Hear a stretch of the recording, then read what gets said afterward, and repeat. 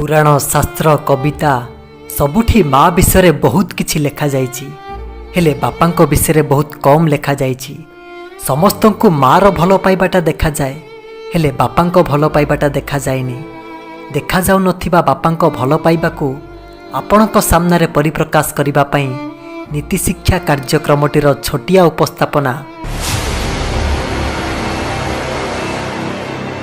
बापा कहीं पछरे रहीगले। संतानटीर बोझकू माँ 9 मास निज गर्भरे बहिला बेले बापा किंतु संतानटीर बोझकू निज बाहुरे बल थिबा पर्यंत बही थांती। एठी दुई जण समान भार बहुथुबा बेले माँ तुलनारे बापा कहीं पछरे रहीगले। घरर सबुतक काम करी केबे भी दरमा नेउ न थाए माँ, आउ दरमा पाउथुबा सबुतक टंका को घरे ही खर्च करि दउथांती बापा। एठी दुई जनक परिश्रम समान होइतिले मध्य माँ तुलनारे बापा कहीं पछरे रहीगले। जहा दरकार ताहा रोषेई करी दउथाए माँ, जहा दरकार ताहा किणी आनी दउथांती बापा। एठी भी दुई जनक भल पाइबा समान होइतिले मध्य मार नाटी केवल सामना को आसीबा बेले बापा किंतु बहुत पछरे रहीगले। बाहरु बुली आसी घरे पाद दौ दौ माँ पाखरे किछि काम नथिले मध्य प्रथमे माँ को ही खोजा पड़े, किंतु बापा को सेतेबेले खोजा पड़े जेतेबेले आमर किछि आवश्यक थाए। माड़ बाजिगले मध्य हठात पाटिरू माँ बोली शब्दटीए ही बाहरे, किंतु बापा को आमे मने पकाउनाहु बोली बापा कौन केबे मन दुख करती के जानी। कहीं बापा को भल पाइबाटा बाहर को देखा जाएनी बोली पिलामानक आखिरे भी बापा बहुत पछरे रहीगले।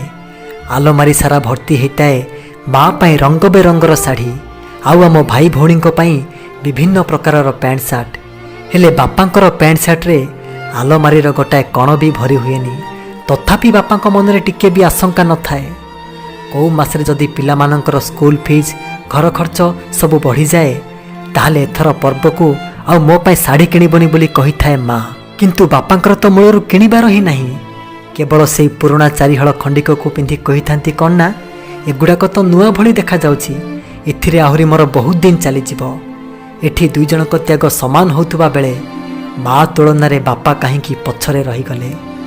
आमको बाइक चलेबाकू देई बापा आज भी साइकेल चलाउछंती, तथापि तांको मनरे तिळे हेले कष्ट नहीं। कहीं केवल आम मानक खुशी पाई आम मानक स्वप्न को पूरा करू करू बापा बहुत पछरे रहीगले।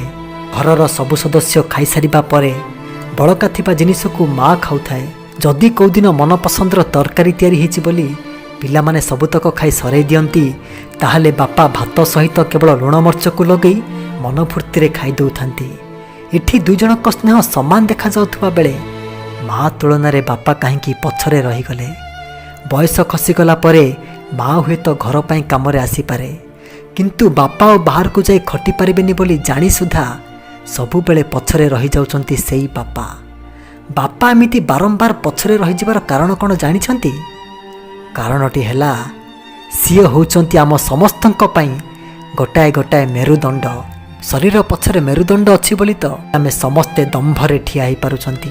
एइटा ही होउची बापा पछरे रही जिबार कारण। बापा को केबे भी कष्ट देबेनी। बापा कष्ट पाइले भगवान दुख करती।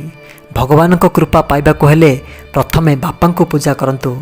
पिता धर्म पिता स्वर्ग पिता ही परम तप, पितरी प्रीतिमा पन्हे प्रियंते सर्वदेवता।